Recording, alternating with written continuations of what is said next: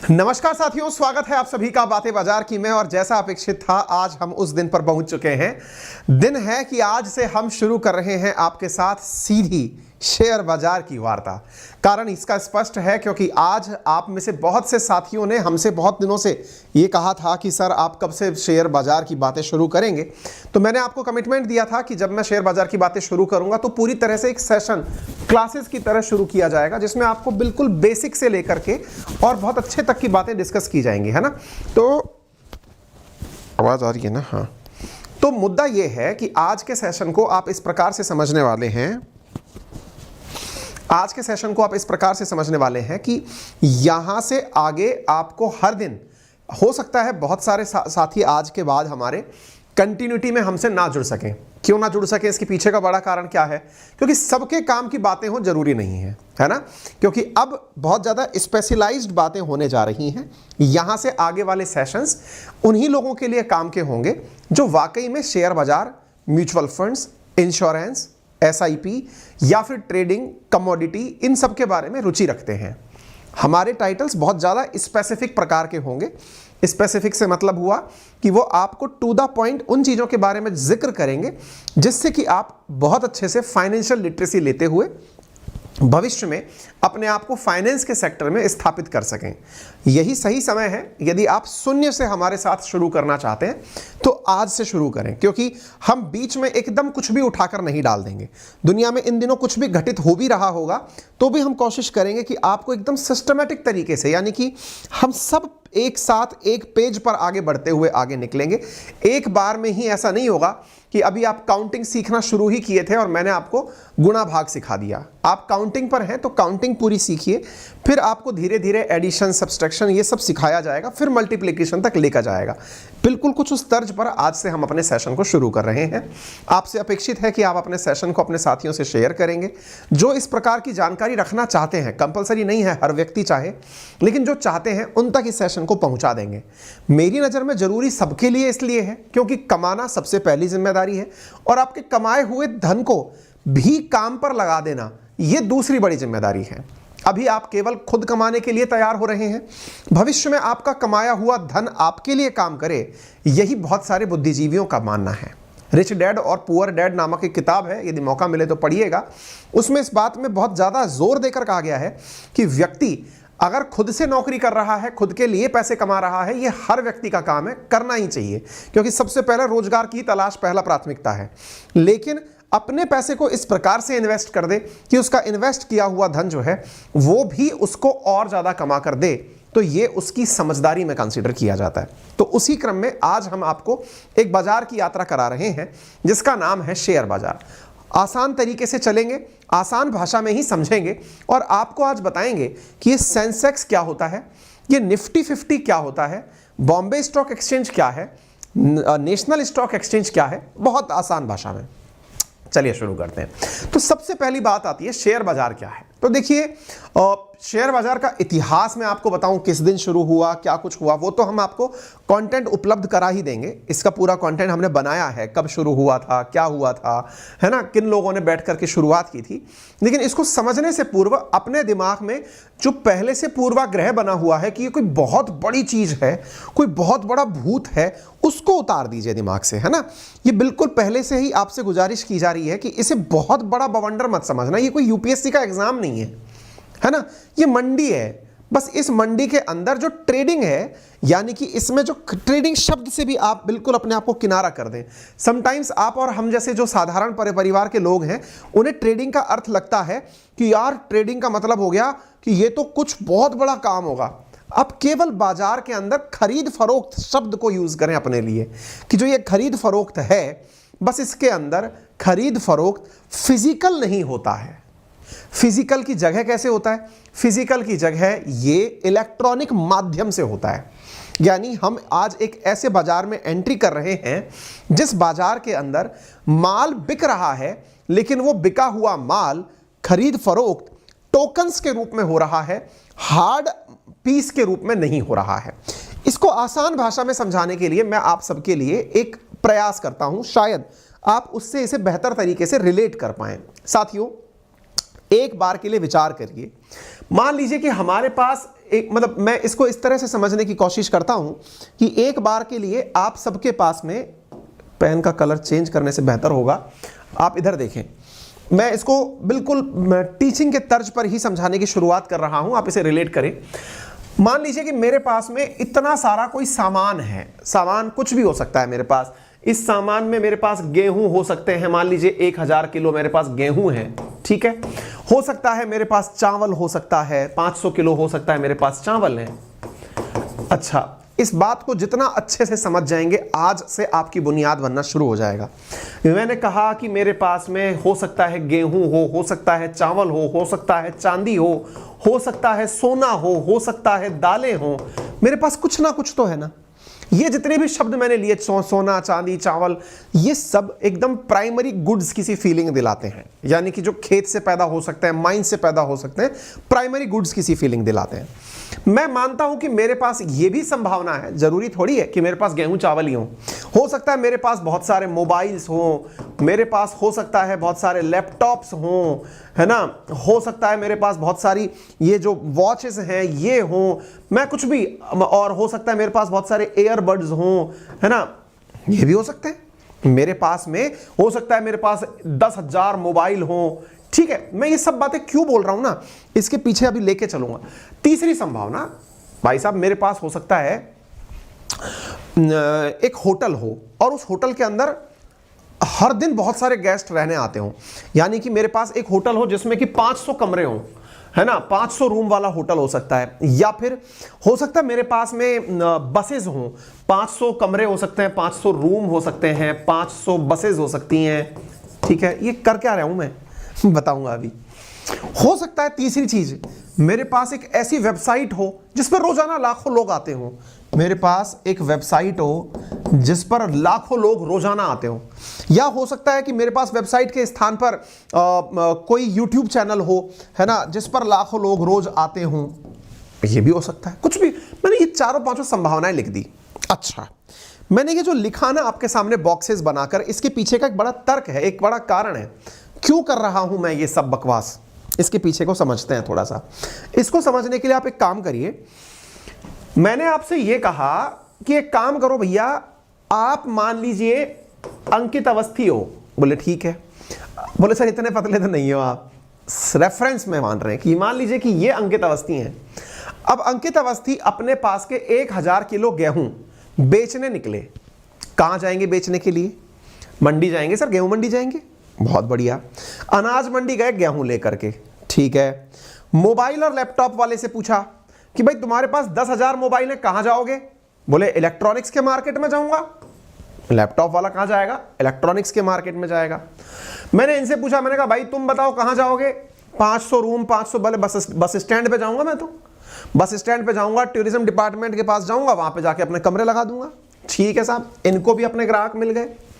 मैंने वेबसाइट वालों से पूछा तुम कहां जाओगे? बोले इंटरनेट पे जाएंगे। हम कहां जाएंगे? तो बोले भाई ठीक है, तुम्हारा भी मार्केट हो गया। यानी सबको यह पता है कि उनका उपभोक्ता या उनके साथ व्यापार करने वाला व्यक्ति कहां मिलेगा। यह ऑलमोस्ट सबको पता है, चाहे वो गेहूं चावल बेच रहा हो, चाहे मोबाइल लैपटॉप बेच रहा हो, चाहे कमरे किराए पे दे रहा हो, चाहे वेबसाइट पर ट्रैफिक लेकर आ रहा हो। सबको कुछ ना कुछ आइडिया है कि उसका कंज्यूमर कहां रहता है, उसका कस्टमर कहां रहता है। यहां तक हम में से किसी को भी कोई दुविधा नहीं होनी चाहिए। चलिए मान लिया इतनी बात, आगे क्या कहना चाहते हो? आगे अब मैं ये कहना चाहता हूं कि मान लो ये सब की सब एक साथ इकट्ठे हो जाएं और ये कहने लगे कि सर हमें ना इन सब कामों से परे अपनी एक पहचान चाहिए और उस पहचान में कोई भी व्यक्ति कहीं पर भी बैठ करके व्यापार कर ले। थोड़ा सा ऊपर से चला गया, मतलब व्यापार कैसे कर ले? रूम में तो बस में तो बस के अंदर तो सवारियां ही आएंगी ना, रूम के अंदर तो रहने के लिए कोई गेस्ट ही आएगा ना। व्यापार कैसे हो जाएगा इसके अंदर? सब हो जाएगा। आज आप उसी व्यापार की बात करने वाले हैं।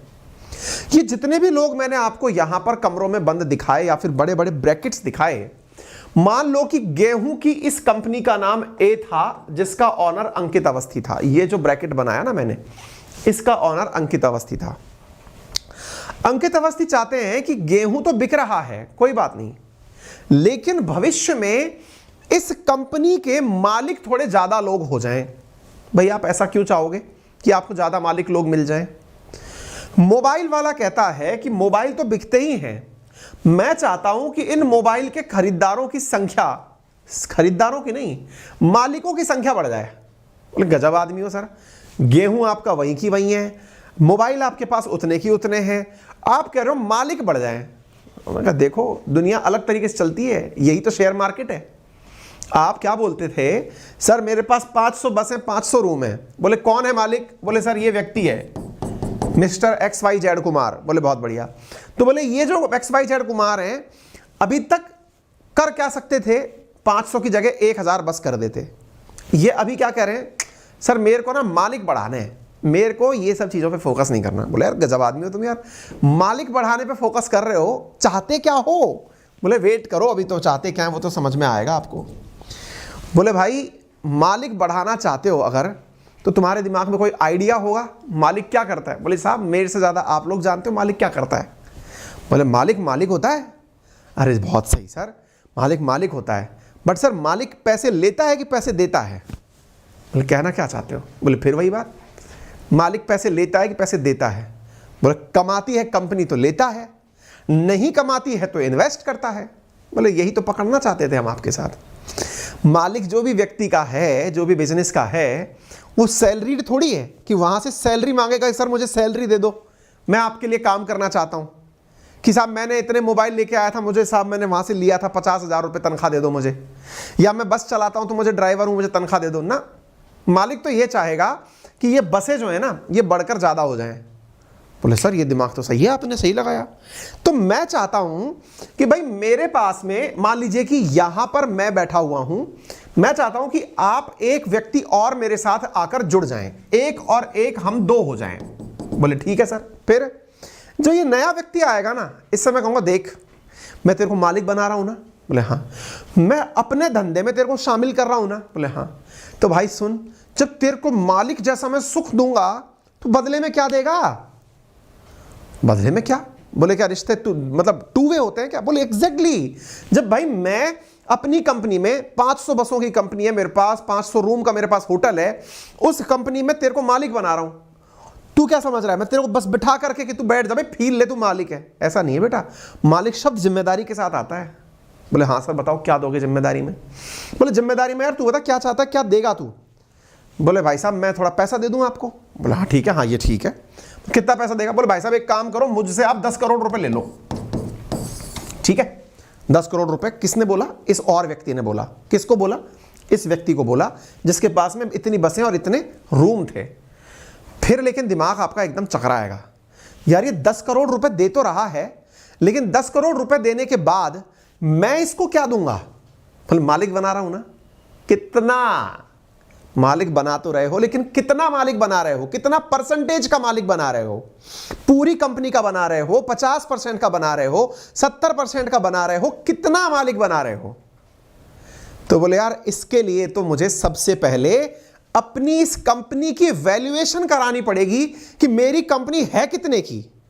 तो बोले एक काम कर, 500 बस है, एक बस पकड़ ले 500 मतलब 10 लाख रुपए की है। बोले ठीक है, 10 लाख के हिसाब से तेरी अपनी वैल्यू निकाल ले, जो वैल्यू आएगी तेरी बसों की कीमत हो गई, ऐसे तेरी कमरों की कीमत निकाल ले, उसके हिसाब से ये 10 करोड़ जितना भी होता है उतनी परसेंटेज में वैल्यू दे दे। मान लो कि ये सब इसकी होटल फोटल मिला करके 100 करोड़ रुपए का माल था इसके पास, होटल और बसें मिला करके इस व्यक्ति के पास 100 करोड़ का माल था। आपने इससे क्या कहा कि तू 10 करोड़ रुपए दे दे मेरे को, आपके पास माल यहां रखा है, आपने इसको 10 करोड़ रुपए देने की बात की कि 10 करोड़ मुझे दे दे। आपने 10 करोड़ जैसे ही दिए, इसने आपको कंपनी का 10% का मालिक बना दिया। 10% का मालिक बना दिया इस व्यक्ति को। क्यों? क्योंकि 10वां हिस्सा दिया है इसने। 10वां हिस्सा दिया है तो फिर फायदा क्या हुआ? फायदा क्या हुआ भाई? तो इन रूम को किराए पे चला के, बस को किराए पे चलाकर जब महीने की महीने पैसे आते हैं तो उसका 10वां हिस्सा तुम भी ले लेना। जब 10% के मालिक हो तो महीने की कमाई जब आएगी या साल की जो कमाई आएगी या फिर जीवन भर का जो लाभ निकल के आएगा या कभी कल को ये बिकेगी तो उस समय का जो हिस्सा निकलेगा वो तुम ले लेना।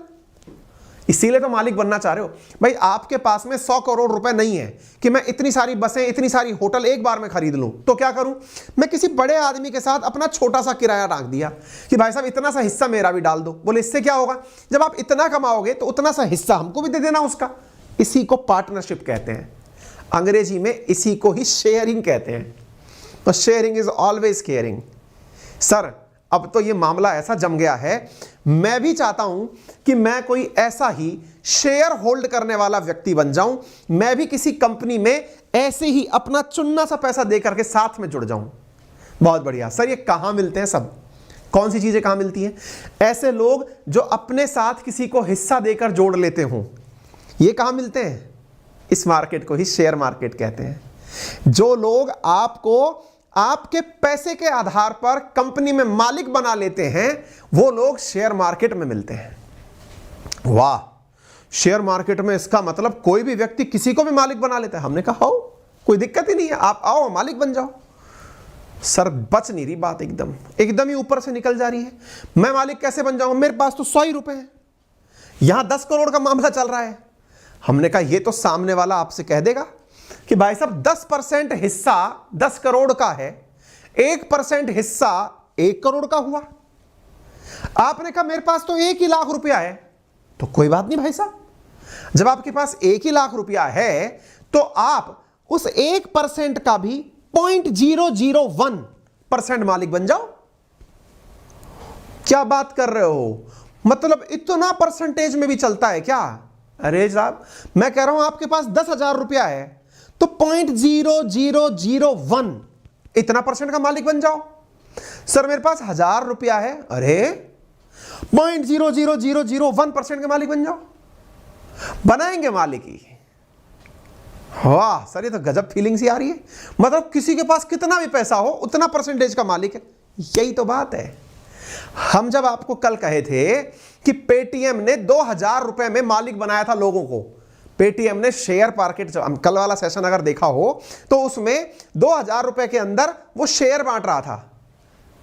पता है कितने लोगों को उसने ऐसे शेयर बांटे थे? विचार करिए भाई साहब, लगभग 6.5 करोड़ लोगों को। कितने? लगभग 6.5 करोड़ लोगों को, कई जगह नंबर है 9 करोड़ लोगों को ऐसा मालिक बनाया था। वाह, मतलब मालिक भी बनाया और इत्तू सा मालिक बनाया। हमने कहा यार फिर गजब बात कर रहे हो आप इस। अच्छा बोले सर ठीक है मालिक बन गए, हम मुनाफा कमाएंगे, कमा लेंगे। हमने कहा और नहीं तो क्या, बहुत बढ़िया। लेकिन सर एक बात बताओ, ये भाई साहब इस 10 करोड़ का क्या करेंगे जो ले लिए थे अभी? इनसे जो 10 करोड़ लिए थे ये क्या करेंगे इसका? हमने कहा कुछ नहीं। क्या करेंगे तो मतलब? बोले सर इनके पास तो 100 करोड़ की वैल्यू पहले थी। वैल्यू थी बेटा, जेब में पैसा नहीं था इनके, बसें थी, कमरे थे, जेब में रोकड़ा नहीं था। तभी तो जाकर के इनको पार्टनर की जरूरत पड़ी, तभी तो शेयरिंग की जरूरत पड़ी। बोले अच्छा कैश नहीं था, और नहीं तो क्या। कोई भी कंपनी जब आईपीओ में जाती है तो उसके पीछे का बहुत बड़ा कारण यही होता है कि वो जाकर के लोगों से कैश मांगती है, भैया पैसा दो, हमें आपको मालिक बनाती हो। सर फिर कैश आ गया फिर क्या करेगा? भाई साहब ये समझदार है, इसको पता था कि बेटा तुम हमारे 100 में से 10% हिस्सा मांग रहे हो, 100 में से 10% हिस्सा मांगोगे यानी कि कल को मैंने 100 रुपए कमाए तो 10 रुपए तुमको देने पड़ेंगे। तुम चिंता मत करो, तुम एक बार 10 करोड़ रुपए दो मुझे एक बार। आपने 10 करोड़ इसको पकड़ा है, जैसे ही 10 करोड़ आपने इसको पकड़ा है, इसने क्या किया, उस 10 करोड़ से 10 और बसें नहीं 100 और बसें खरीदी, 10-10 लाख रुपए की छोटी मिनी बस खरीद लाया। क्या बात कर रहे हो? और नहीं तो क्या, वो बसें ले आया। इसका तो ओवरऑल कारोबार बड़ा हो गया। 100 बसेस से जो कमाई हुई, उस कमाई के आधार पर उसको तो 10% ही देना था, लेकिन जो कंपनी का साइज इतना बड़ा हो गया, जो नया काम शुरू किया, उसका 90% का लाभ इस बड़े वाले व्यक्ति को हो गया, पहले वाले को। सर ये तो तगड़ा मामला है, तो आप हल्के में ले रहे हो क्या?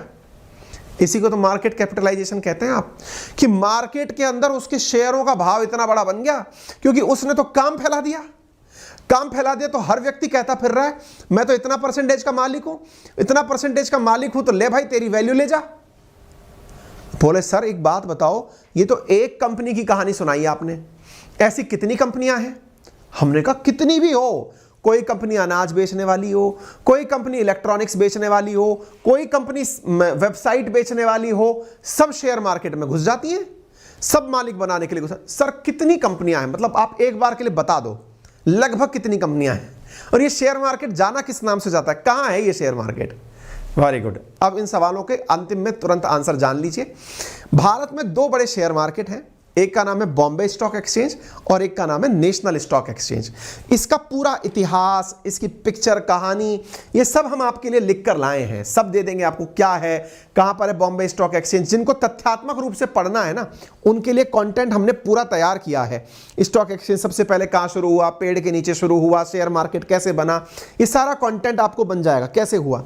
लेकिन आप मूल भाव को अगर समझ गए तो उस मूल भाव से आप अपने आप को कनेक्ट कर पाएंगे। तो बोले सर मार्केट है कहां पे इसके? हमने कहा एक मुंबई में ही है, दूसरा भी मुंबई में ही है। बोले हैं? बोले हाँ। एक का नाम बॉम्बे स्टॉक एक्सचेंज है, एक का नाम नेशनल स्टॉक एक्सचेंज है। बोले अच्छा, तो सर एक बात बताओ, इनमें कितनी कंपनियों के हिस्से बिकते हैं? बड़ा सवाल है भाई। बॉम्बे स्टॉक एक्सचेंज में कितनी कंपनियों का हिस्सा बिकता है? आप अंदाजा लगाइए कितनी कंपनियों का हिस्सा बिकता होगा, मुझे कमेंट बॉक्स में बता दीजिए। मैं आपके कमेंट्स देखकर अंदाजा लगा दूंगा कि आपको कितना आइडिया है कितनी कंपनियों का स्टॉक बिकता होगा बॉम्बे स्टॉक एक्सचेंज के अंदर। विचार करिए। तब तक मैं आपको कुछ तस्वीरें दिखा देता हूं। जो लोग विचार कर रहे हैं वो कमेंट बॉक्स में डाल दीजिए। इधर देखिए साथियों, ये जो तस्वीरें दिखाई दे रही हैं आपको, ये असल में मुंबई के अंदर वो पेड़ बताया जाता है जहां पर सबसे पहले लोग ऐसे ही अपने हिस्से बेचा करते थे कि तू मेरे हिस्से को ले ले भाई। 1840 1860 के आसपास की बातें हैं। मुंबई इस प्रकार से हुआ करता था, सामने समुद्र के माध्यम से व्यापार हुआ करता था, व्यापारी लोग यहां बैठते थे, लोगों को हिस्सेदारियां ऐसे ही बेचा करते थे, सामान को ऐसे ही क्रय विक्रय किया करते थे। बाद में वो लोग जाकर के, हाँ भाई कोई 5000 बोल रहा है, कोई 10,000 बोल रहा है, कोई 9,000 बोल रहा है, सब अपने अपने लेवल पर चल रहे हैं। 1600 कंपनियां लिस्टेड हैं इंडिया के बॉम्बे स्टॉक एक्सचेंज के अंदर, यानी कि 1600 ऐसी कंपनियां हैं जिनके स्टॉक्स यानी जिनके अंदर हिस्से आप परचेज कर सकते हैं बॉम्बे स्टॉक एक्सचेंज के माध्यम से। नेट पर प्राप्त डेटा यही कहता है। ऐसे ही नेशनल स्टॉक एक्सचेंज के बारे में भी है। इंटरनेट पर प्राप्त डेटा ऊपर नीचे, क्योंकि कोई फिक्स नंबर नहीं है, हर दिन कोई ना कोई नई कंपनी ऐड हो रही है, कोई ना कोई कंपनी हट रही है। फिर आप पूछेंगे सर एक चीज बताइए, फिर ये सेंसेक्स क्या है? मैंने कहा बहुत बढ़िया। मैंने कहा एक बात बताओ, आलू प्याज का भाव क्या है? बोले आप जब भी शेयर मार्केट पढ़ाने बैठते हो आप आलू प्याज ले आते हो। हमने कहा इतना ही आता है मेरे को तो। आलू प्याज के अंदर आपको मार्केट का भाव पता है कि साहब आलू 50 रुपए किलो, 20 रुपए किलो, 100 रुपए किलो, इतने रुपए क्विंटल, फलाने रुपए क्विंटल, इसी तरह से डिस्कस करते हो? बोले हाँ। अब मैं इस शब्द को बदल देता हूं, आलू प्याज की जगह मैं अब आपसे पूछता हूं सब्जी का भाव क्या है? बोले सब्जी में तो बहुत सारी सब्जियां आती हैं सर। अरे बताओ तो सही भाई, मैंने अभी तो आलू प्याज किया था ना आपके सामने, 20 50 40 इस तरह से। बोले हाँ। अब मैं सब्जी बोल रहा हूं, सब्जी में क्या आएगा? आप सब ले लेंगे सर, गोभी ले लो, पत्ता गोभी ले लो, सलगम ले लो, जो लेना है आपको खिलाओ। बहुत बढ़िया। मैं आपसे ये पूछूं कि सब्जियां महंगी हो गई कि सस्ती हो गई? क्या आप आलू प्याज को देखकर ये कह दोगे क्या सब्जियां महंगी हो गई कि सस्ती हो गई?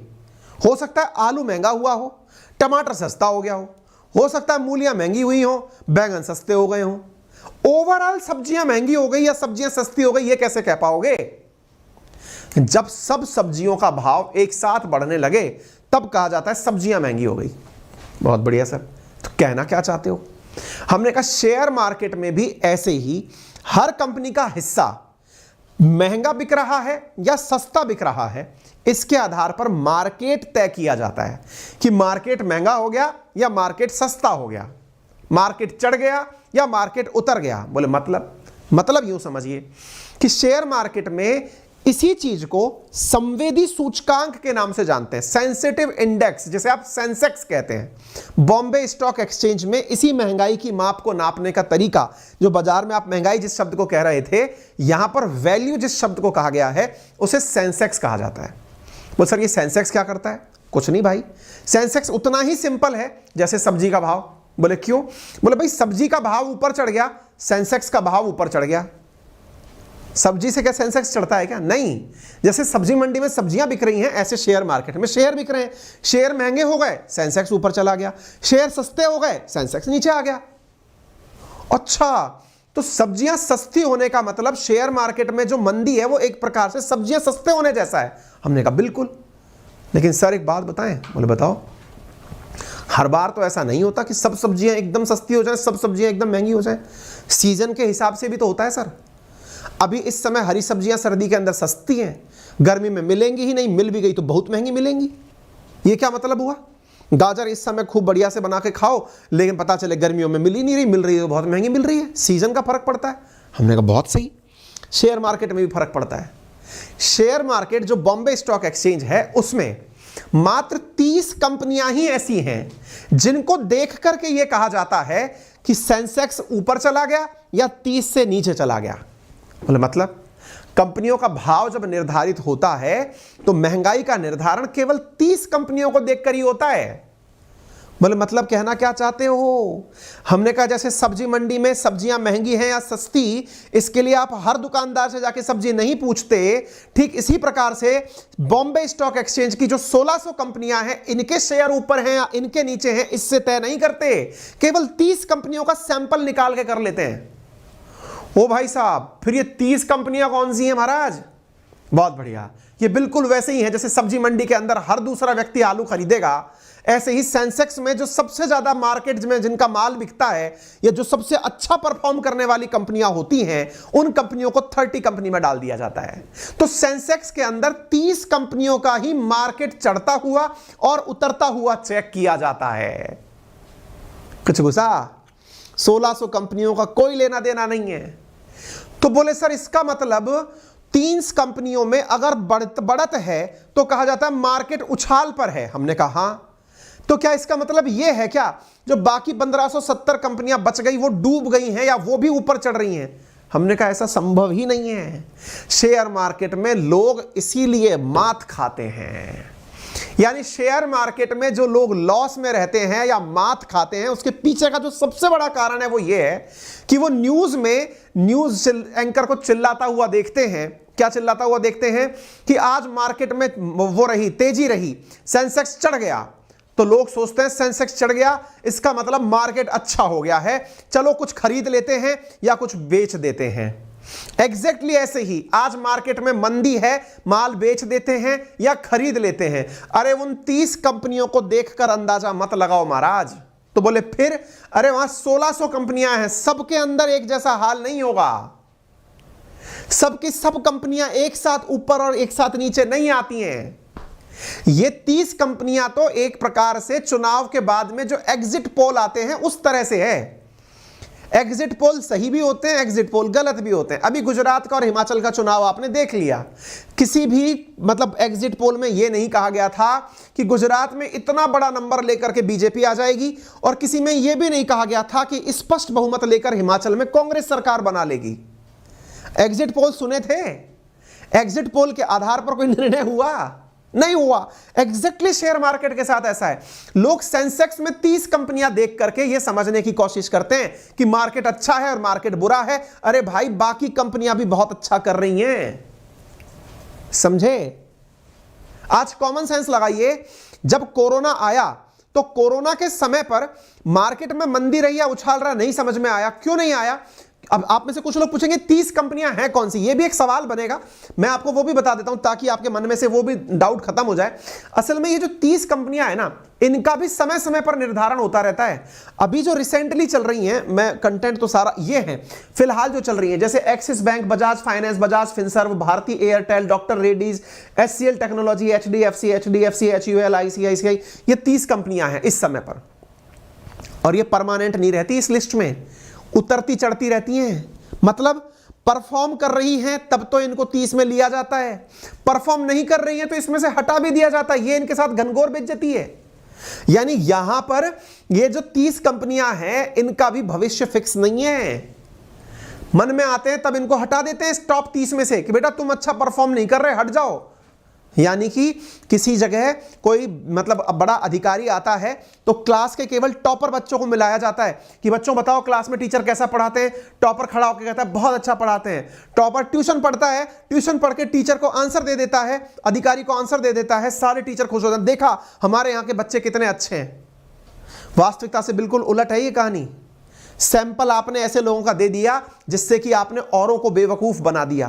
कोरोना काल में सोच के देखिए, बहुत सी कंपनियां ऐसी थी जिनके साथ में ऑफलाइन डीलिंग होती थी, वो पिट गई। टूरिज्म की कंपनियां पिट गई, लेकिन उसी समय पर जो ऑनलाइन कंपनियां थी वो हिट हो गई।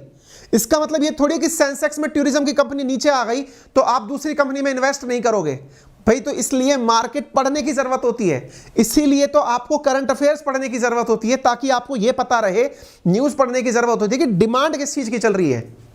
कॉमन सेंस था कि उस समय पर, जिस समय कोरोना आया, यदि किसी व्यक्ति ने उस समय पर दवाओं की कंपनियों में इन्वेस्टमेंट किया था तो डेफिनेटली वो वैल्यू ऊपर चढ़ाएगा। अगर किसी कंपनी ने HP, डेल ऐसे लैपटॉप्स के जो कंपनियों के ब्रांड्स थे उनमें इन्वेस्ट किया, डेफिनेटली ऊपर लेके जाएगा। कॉमन सेंस है ना। मार्केट से आपने सेंस निकाल लिया कि ये माल बिकेगा भाई, क्योंकि सीजन ऐसा आ गया। ये जो समझ जिस व्यक्ति में आ जाती है ना, वो स्पेसिफिक होकर के चीजों में ट्रेड करता है, वो इस भावना में बहकर नहीं करता मार्केट गिर गया या मार्केट चढ़ गया। इसको भी आपको अपने दिमाग में बिठाना है। फिर सर ये निफ्टी 50 क्या है? इसी का बड़ा भाई है। जैसे नेशनल स्टॉक एक्सचेंज, जैसे बॉम्बे स्टॉक एक्सचेंज में सेंसेक्स चलता है, ऐसे ही नेशनल स्टॉक एक्सचेंज में निफ्टी 50 चलता है। जैसे सेंसेक्स में 30 कंपनियां थी, ऐसे नेशनल स्टॉक एक्सचेंज में 50 कंपनियां हैं। वहां पर 50 कंपनियों के आधार पर तय किया जाता है, लेकिन वो 50 होंगी कौन, ये वो खुद डिसाइड करते हैं। हालांकि दोनों ही सेबी के द्वारा रेगुलेटेड हैं, लेकिन मार्केट के अंदर जो लोग बैठे हुए हैं वो इसे डिसाइड कर लेते हैं। तो बोले उसमें कितनी कंपनियां रजिस्टर्ड हैं? उसमें भी बहुत हजारों की संख्या में कंपनियां रजिस्टर्ड हैं, लेकिन दिखाते 50 को ही हैं। उन्हीं से ही निफ्टी ऊपर चला गया, निफ्टी नीचे चला गया। ये उम्मीद है आपको शब्द समझ में आ जाए। समझ में आई बात? पहले इस टॉप 50 के, टॉप 30 के अंदर यस बैंक का नाम हुआ करता था, अब यस बैंक नहीं है इसके अंदर। बात समझ रहे हैं आप? तो आपको मार्केट के अंदर जो शेयर मार्केट शब्द मैंने आपसे कहा, उम्मीद है कि इसकी एक समझ आपके मन में बैठी होगी। शेयर क्या है, शेयर क्यों लिए जाते हैं, ये निफ्टी क्या है, ये निफ्टी 50 क्यों कहा जाता है, ये सेंसेक्स क्या है, बॉम्बे स्टॉक एक्सचेंज क्या है, नेशनल स्टॉक एक्सचेंज क्या है। अब एक चीज जो यहां पर सबसे इंपॉर्टेंट होती है, दैट इज कि साहब इन सब के अंदर ट्रेडिंग कैसे की जाती है, खरीदा कैसे जाता है, किसको खरीदना चाहिए, कौन सी कंपनी में। तो जो आप अपना बातें बाजार की का यहां से आगे वाला टेन्योर होने वाला है ना, उसमें मैं आपको मार्केट की बहुत छोटी छोटी टर्मिनोलॉजी से इंट्रोड्यूस कराऊंगा। छोटी छोटी टर्मिनोलॉजी का मतलब क्या होता है, मिड प्राइस कैप क्या है ना, लार्ज प्राइस कैप क्या है, बेस प्राइस क्या होता है, कोटा क्या होता है, इक्विटी क्या होती है, ये टर्मिनोलॉजीज पर हम जिक्र करेंगे। हो सकता है कुछ शॉर्ट्स वीडियोस भी आपको साझा करें इस चीज के लिए, ताकि आप एक बार के लिए पूरी तरह समझदार हो जाएं कि यार ये टर्म क्या है, यदि ये शब्द आ रहा है तो क्या है। यहां पर 1700 कंपनियां हैं, 1600 कंपनियां, तो मैं उनकी बातें करूंगा, सबकी संभव नहीं है, लेकिन कि हां भाई अब सीजन चेंज हुआ है, तो यानी इस तरह की खबर है, तो इससे क्या लगता है कि किस तरह की कंपनियां आगे बढ़ सकती हैं, उस विषय पर चर्चा की जाएगी। केवल इन 30 पर बात करनी होती तो फिर हमारी जरूरत ही नहीं रहती, हर दिन अखबार में आता है। आ गई बात समझ में? जानकारी पसंद आई? आ गई है तो कृपया करके वीडियो को लाइक कर दीजिए, साझा कर दीजिए साथियों के साथ। चैनल पर नए हैं तो आप बातें बाजार की को सब्सक्राइब भी कर लीजिए। बाकी अपना प्यार हमें देने के लिए तहे दिल से धन्यवाद। संभव है कि इस वीडियो के अंत तक या आज शाम तक हमारा परिवार बातें बाजार की 1 लाख परिवार तक पहुंच जाए, तो आप सभी परिवारजनों को इसी प्रकार का प्यार और स्नेह देने के लिए धन्यवाद। जो विश्वास आपने मेरे साथ रखा है उसके लिए भी आपका तहे दिल से शुक्रिया। मैंने जो आपसे कहा अभी, ये सारी बातें, सेंसेक्स क्या है ना, और ये नेशनल स्टॉक एक्सचेंज क्या है, NF निफ्टी क्या है, ये सारा कंटेंट मैं इसको ख़त्म करने के तुरंत बाद हमारा जो टेलीग्राम चैनल है, जो हमने बातें बाजार की नाम से बनाया हुआ है, उसको मैं अभी कमेंट बॉक्स में पिन कर रहा हूँ टेलीग्राम चैनल को। वहाँ पर ये पूरा कॉन्टेंट आपको पढ़ने के लिए भी दे देता हूँ मैं, ठीक है? आप वहाँ से इसे प्रॉपर तरीके से पढ़ लीजिए, ताकि आपके मन में भी एक विश्वास पैदा हो जाएगा लिखित में जब हम कुछ देख लेते हैं। तो मैंने उसको फिलहाल के लिए आसान भाषा में आपको समझा दिया है। धन्यवाद।